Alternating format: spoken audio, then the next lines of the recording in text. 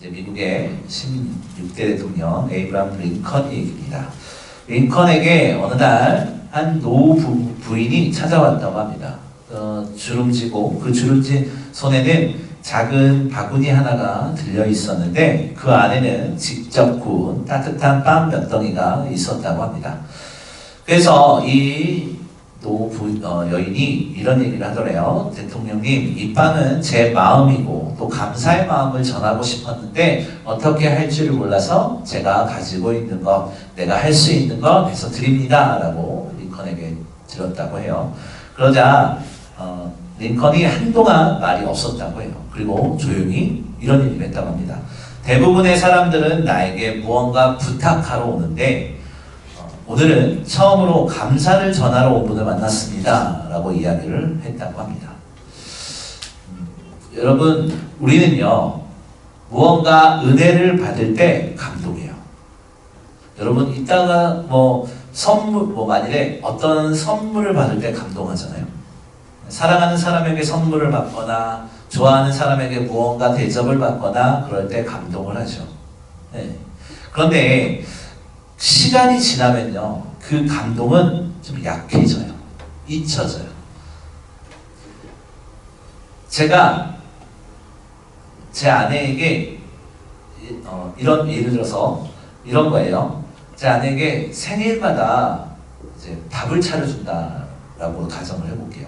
처음에는 큰 맘 먹고 계획을 해서 이렇게 저렇게 해서 생일상을 차려줬어요. 근데 제가 평소에 무슨 요리를 하지 않다 보니까 얼마나 서툴겠어요. 그런데 한 번을 했는데 그 다음 연도 생일이 됐어요. 그러면 또 기대하겠죠. 처음에 한 번은 좋아 감사해 막 이런 얘기 하지만 그 다음 연도가 되면 또 기대할 거예요. 그 다음 연도가 되면 또 기대하게 될 거예요. 저는 이렇게 그거에 실망하거나 어려워하거나 그러진 않지만 감동의 마음은 시간이 갈수록 줄어든다는 거예요. 받을 때는 간절하고 좋지만 그 기회를 놓치면, 그것이 지나가면 그 감사의 마음을 유지하기가 쉽지 않다는 것이죠. 오늘 우리의 신앙을 한번 돌이켜서 생각을 해보죠. 하나님의 손길을 경험할 때 여러분 어떠셨어요? 눈물이 나고 조금만 시간이 지나면 어떠십니까? 그 은혜는 마치 당연한 것처럼 느껴질 때 있지 않습니까? 하나님 나를 인도하시고 내 마음 가운데 성령의 은혜를 부어주시고 이렇게 해주시고 저렇게 해주시고 라고 해서 하나님께서 응답을 해주셨어요. 그러면 얼마나 감격스럽고 좋아요. 주변 사람들한테 말하죠. 전화하죠. 지사님 이 문제가 해결이 됐어요. 목사님 이런 문제가 해결이 됐어요. 하나님께서 응답하셨어요. 그런데요 조금 시간이 지나면 그 은혜가 마치 내가 열심히 기도해서 내가 잘 살아서 이렇게 생각할 때가 많이 있다는 것이죠. 때로는 그것을 잊어버릴 때도 있습니다. 오늘 본문은 바로 그런 이야기에 대해서 이야기를 들려주고 있는데요. 예수님이 예루살렘으로 향하시던 길이었어요. 사마리아와 갈릴리 사이에서 10명의 나병 환자를 만나게 됩니다. 그런데 그들은 절망의 끝에서 예수님께 부르짖죠. 13절에 보면 예수 선생님이여 우리를 불쌍히 여기소서 이렇게 이야기를 합니다. 이 나병 환자들은요 일반인들과 함께 다닐 수가 없었어요. 그래서 오늘 본문에서도 멀리 서서라고 이야기를 하잖아요. 그래서 나병 환자들은 일반인들과 어울릴 수도 없었고 같이 먹을 수도 없었고 사람들이 모여있는 곳에 그들이 가면 그들이 어떻게 해야 되냐면 나는 부정하다 이렇게 얘기를 해야 했었어요. 레위기 13장에 보면 그 부정함, 그 나병 환자의 법에 대해서, 율법에 대해서 잘 나와 있는데 거기서는 그들은 사람들이 모인 곳에는 부정하다 외치면서 사람이 모이는 곳에는 같이 갈 수도 없는 그런 사람들이었어요. 이것이 무엇을 의미하냐면 신의 저주를 받았다라는 낙인이었는데 하나님의 저주를 받은 사람들이다라는 것이었는데 즉 하나님과 공동체와의 단절을 이야기하는 거예요. 그러니 어떠한 구원의 공동체 안에도 끼어들 수 없는 사람들이었다는 거예요. 어떤 은혜의 공동체에도 들어갈 수 없었던 사람들, 부정했던 사람들, 사회적으로 낙인이 찍힌 사람들이었다라는 것을 이야기하는 거예요. 그런데 예수님은 이 부정하고 낙인이 사회적으로 낙인이 찍힌 이들을 집중하셨어요. 그리고 그 10명에게 말씀하시죠. 자, 14절에 보면 가서 제사장들에게 너희 몸을 보이라 라고 하는 거예요. 뭔가 치료에 뭔가를 한 게 아니라, 기도를 해준 것이 아니라, 그래? 자, 이제 제사장에게 가서 네 몸을 보여줘, 이렇게 말하는 거예요. 당시에 나병이 완치됐음을 어떻게 확인을 하느냐, 지금은 이제 병원에 가서 뭐 CT를 찍거나 MRI를 찍거나 엑스레이를 찍거나 피검사를 하거나 하지만, 이때 당시에는 제사장에게 가서 나았다라는 확인을 받아야 그들이 일반인으로 들어올 수가 있었던 거예요. 그 공동체 안으로 들어올 수가 있었던 거예요. 그래서 예수님이 그 10명이 예수 선생님이요, 나 좀 낫게 해주십시오 막 그랬을 때, 우리를 불쌍히 여겨주세요 라고 했을 때 예수님이 그래? 자, 그럼 이제 지금 제사장에게 가서 너희의 몸을 보여라 라고 말하는 겁니다. 그런데 그들이 이제 네 알겠습니다 라고 순종하면서 걸음을 옮기는데, 그 제사장한테 가는 도중에 그들이 나와버린 거예요. 그 10명 모두 고침받았다는 거예요. 그런데요, 이상한 것은 그 10명 중에서 단 한 사람만이 다시 예수님께 와서 예수님 앞에 나왔다는 것입니다. 그리고 그는 고백하게 돼요. 감사합니다. 17절을 보면 예수님께서 또 물으시죠. 10사람이 다 깨끗함을 받지 아니하였느냐? 그 9은 어디 있느냐? 라고요. 왜 너 혼자야? 나머지 9명은 어디 있어? 이렇게 물어보시는 것이죠. 오늘 이야기는 이렇게 시작하는 겁니다. 여러분, 오늘 우리는요, 마음 가운데 하나님의 음성으로 들어야 될 것이 있고 마음에 새겨야 될 것이 있습니다. 오늘 주님은 우리에게도 질문을 하시죠. 너는 지금 어디로 돌아와 서 있느냐? 은혜를 잊은 길을 걷고 있느냐, 아니면 은혜를 기억하는 길을 걷고 있느냐에 대해서 오늘 본문은 우리에게 말씀을 던지고 있는 겁니다. 오늘 말씀을 통해서 볼 때 첫 번째로는 은혜를 기억하면 돌아오는 길을 선택한다입니다.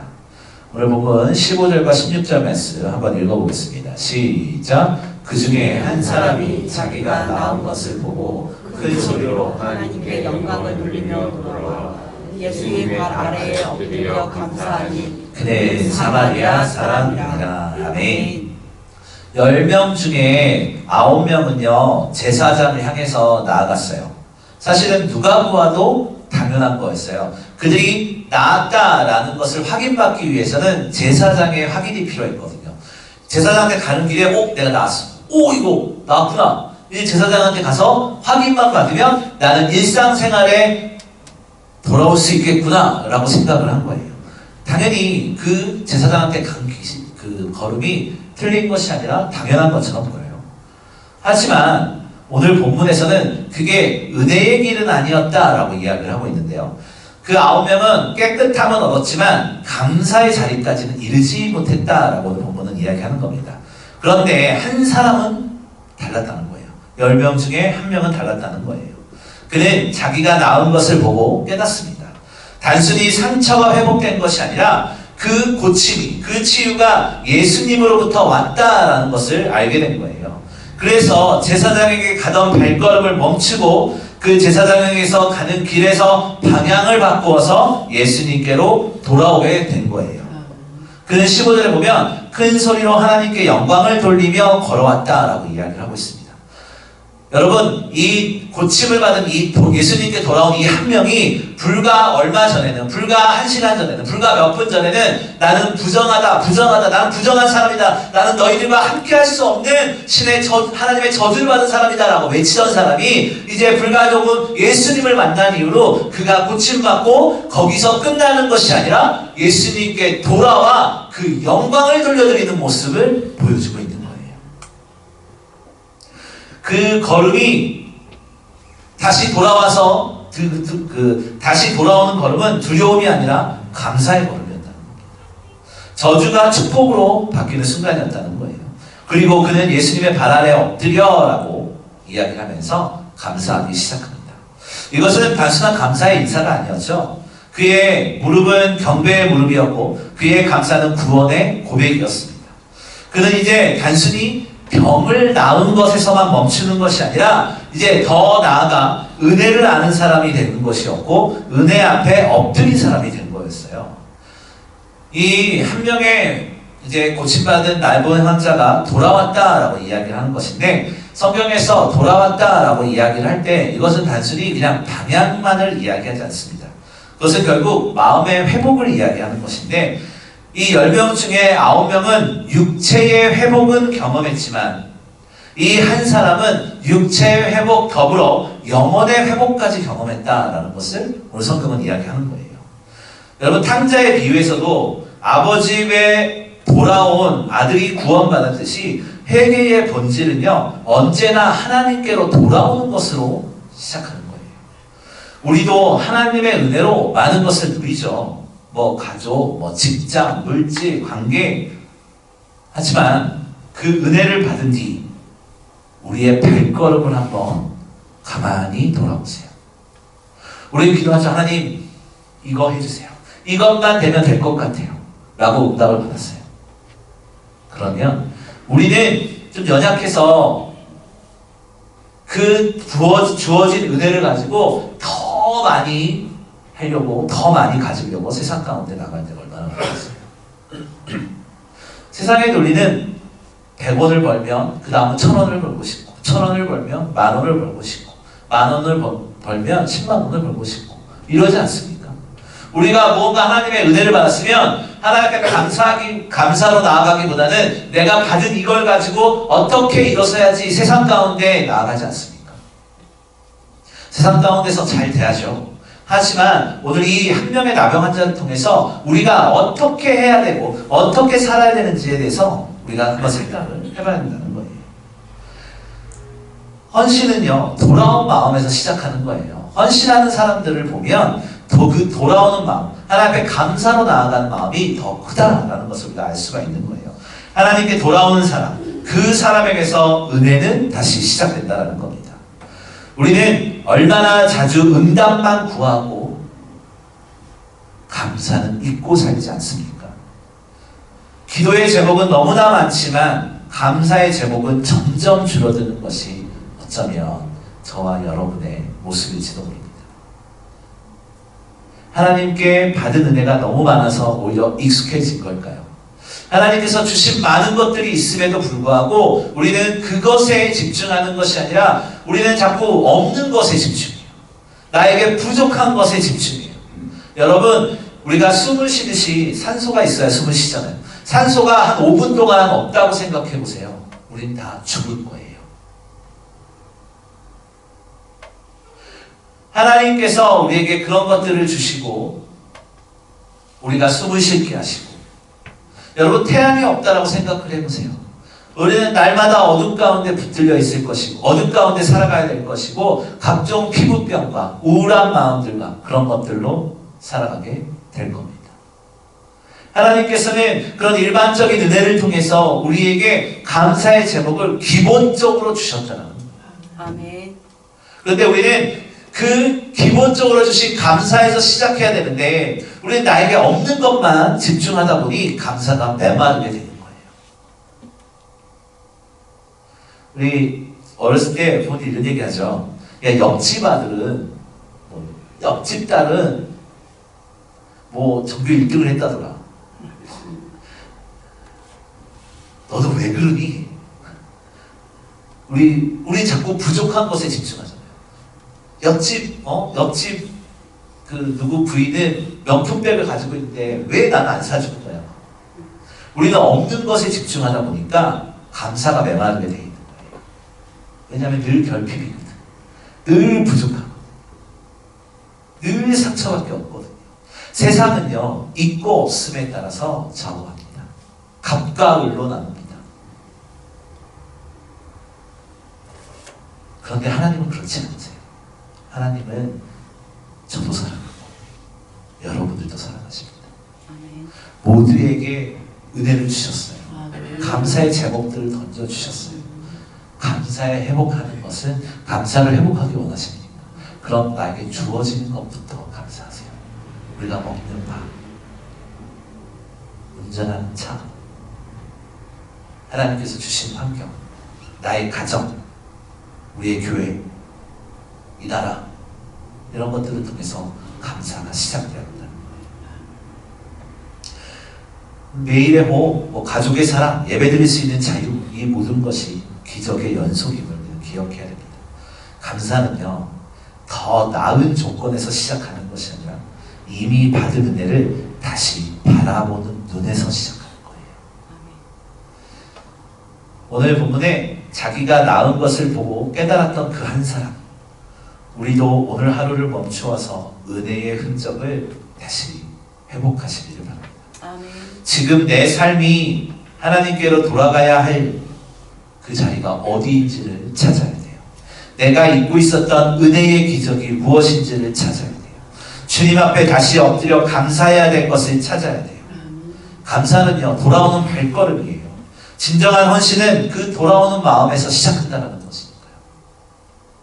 하나님께 돌아오는 사람, 그 사람에게서 은혜와 감사가 시작되는 겁니다. 아멘.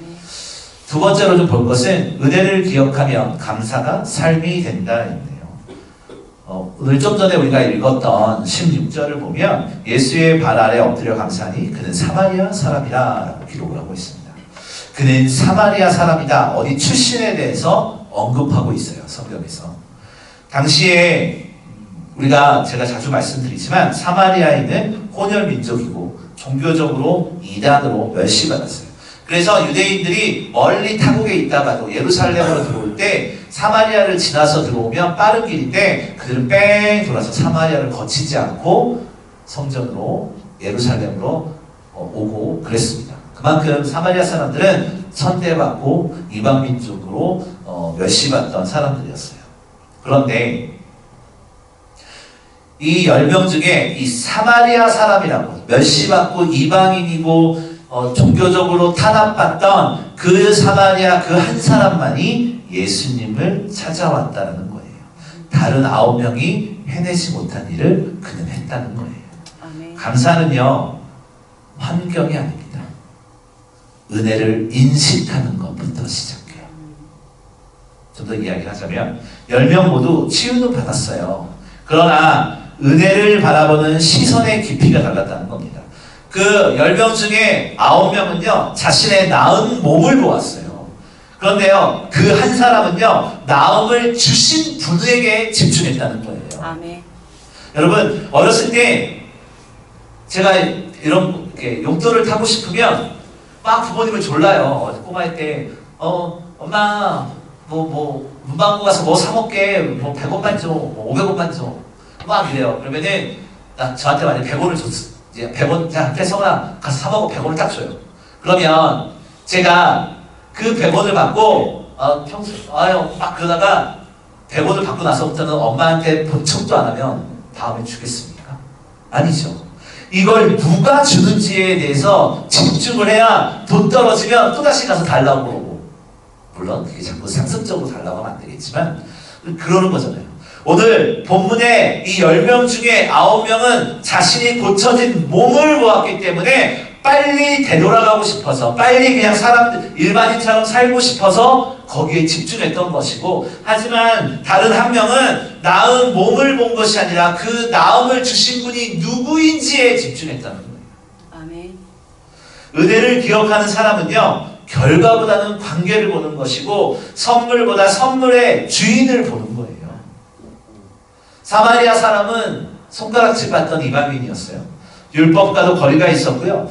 제사장에게 나아갈 자격도 없는 사람이었어요. 왜냐하면 부정한 사람이었으니까. 그러나 그에게는 한 가지가 있었습니다. 은혜를 볼 줄 아는 눈.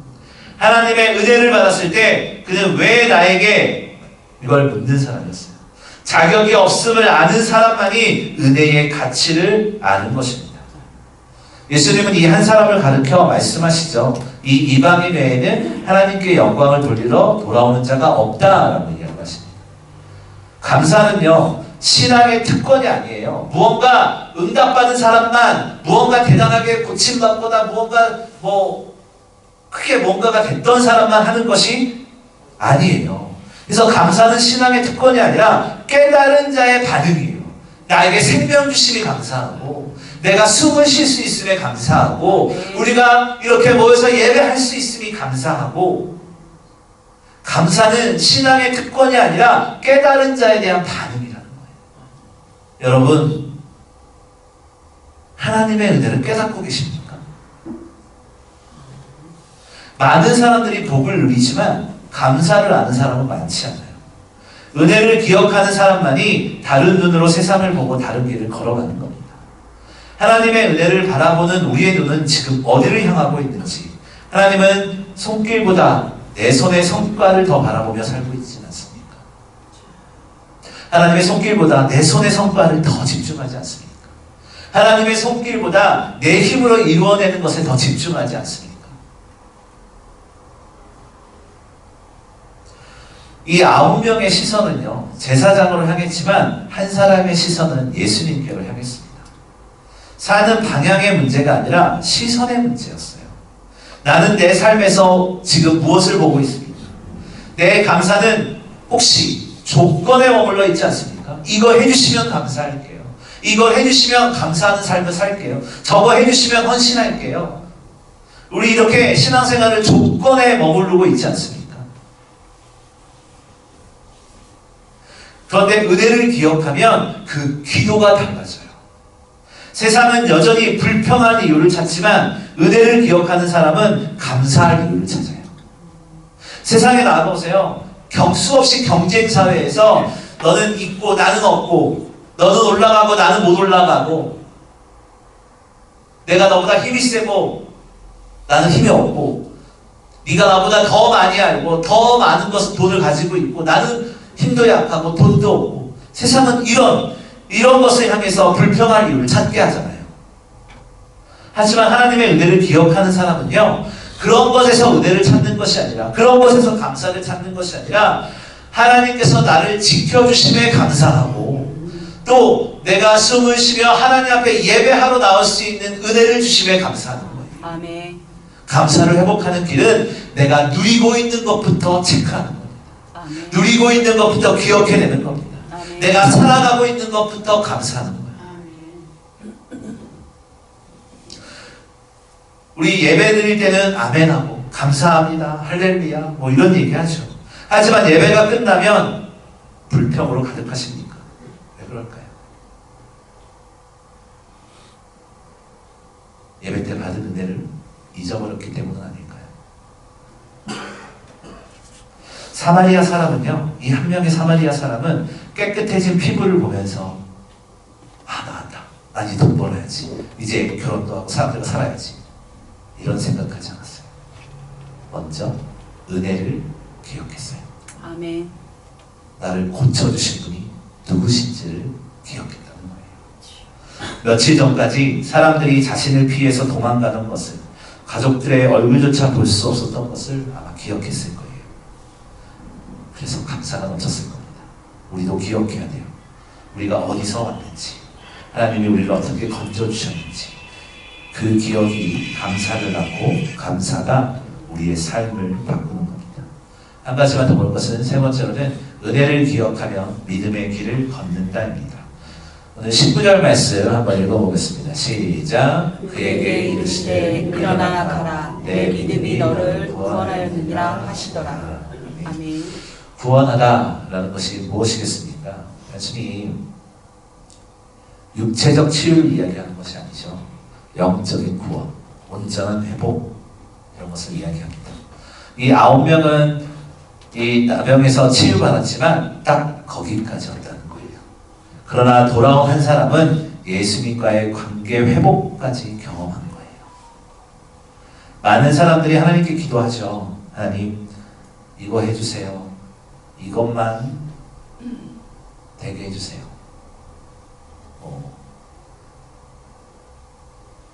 그런데요, 하나님께 응답을 받으면 거기서 멈출 때가 너무나 많아요. 받은 것을 가지고 다시 세상으로 돌아가요. 이것은 9명과 똑같은 모습이에요. 축복은 원했지만, 응답은 원하지만 구원을 원하지 않는 모습과도 똑같은 거예요. 그러나 은혜를 기억하는 감사는 믿음의 열매로 이어지죠. 사마리아 사람의 감사는 그를 예수님 앞에 엎드리게 했고 그 겸손은 믿음의 고백이 되었습니다. 그리고 그 믿음은 구원으로 확증되었다는 거예요. 그 믿음은 단지 예수님의 병을 고칠 수 있다가 아니었어요. 예수님이 나의 구주시다라는 고백으로 이어졌다는 겁니다. 야고보서 1장 17절은 이런 이야기가 하고 있어요. 우리 한번 읽어보겠습니다. 시작.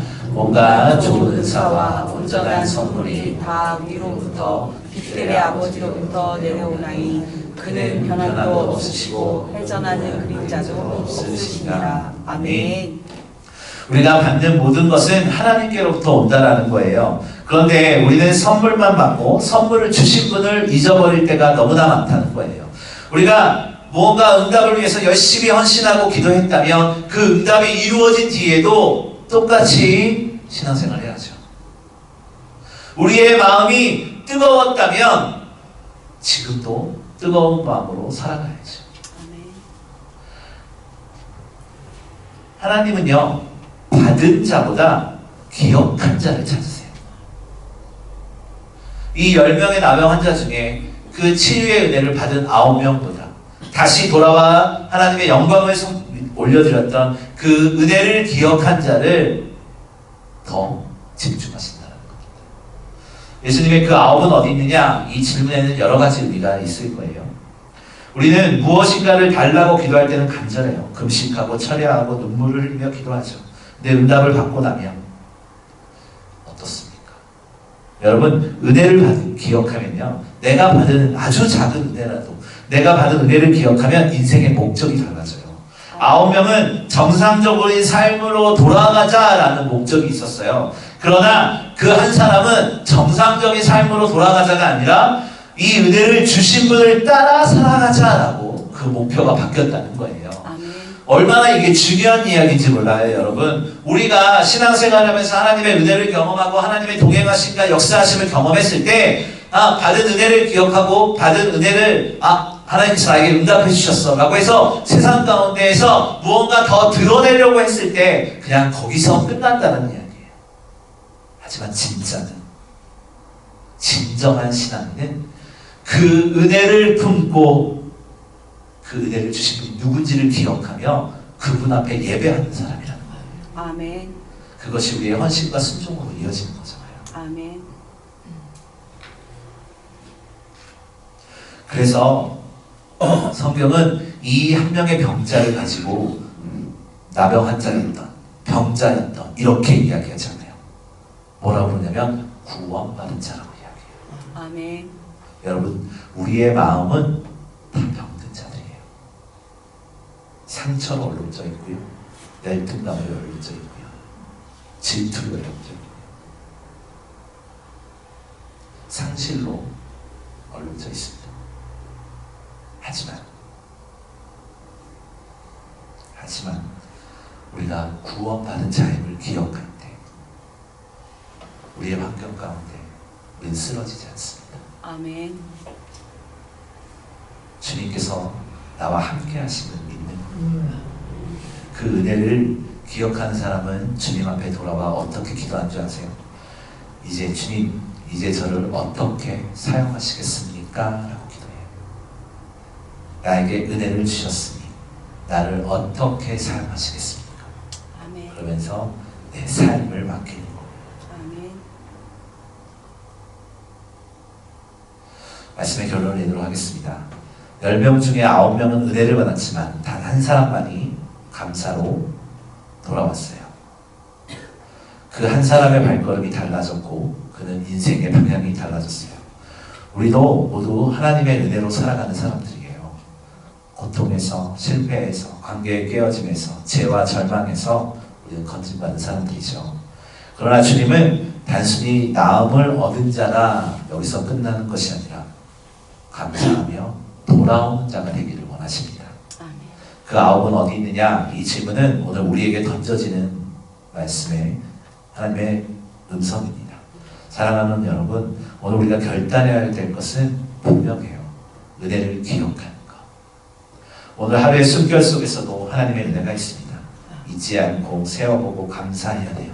감사로 돌아와야 돼요. 하나님께 마음을 돌이켜 예배해야 돼요. 받은 은혜가 예배로 또 찬송으로 흘러가야 돼요. 믿음의 길을 걸어가야 됩니다. 단순히 나음을 얻는 데서 멈추는 것이 아니라 그냥 신앙생활을 한다고 예배를 드린다 여기서 멈추는 것이 아니라 구원받은 사람답게 그 은혜에 합당한 삶을 살아야 되는 거예요. 오늘 우리는 9명이 아닌 9이 아닌 그 한 사람이 되어야 돼요. 하나님이 찾으시는 그 한 사람, 하나님 앞에 나와 예배하는 한 사람, 하나님의 이름으로 주님 나를 어떻게 사용하시겠습니까? 라고 우리의 삶을 맡겨드리는 그 한 사람, 우리 그 한 사람 돼야 돼요. 아멘. 우리를 어떻게 사용하실지 하나님이 아시잖아요. 그러니 우리의 시간과 우리의 마음을 드립니다.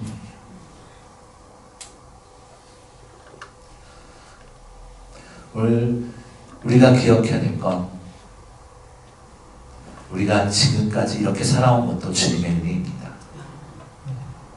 내가 누려왔던 모든 것들, 내가 지나온 모든 시간들 다 주님의 은혜입니다. 아멘. 이 은혜를 먼저 기억하는 거예요. 아멘. 그리고 감사함으로 예배하며 나아가는 거예요. 감사하며 순종하며 나아가는 것이고 헌신하며 나아가는 거예요. 그 귀한 은혜가 있는 저와 여러분이 되시길 주님의 이름으로 소망합니다. 아멘.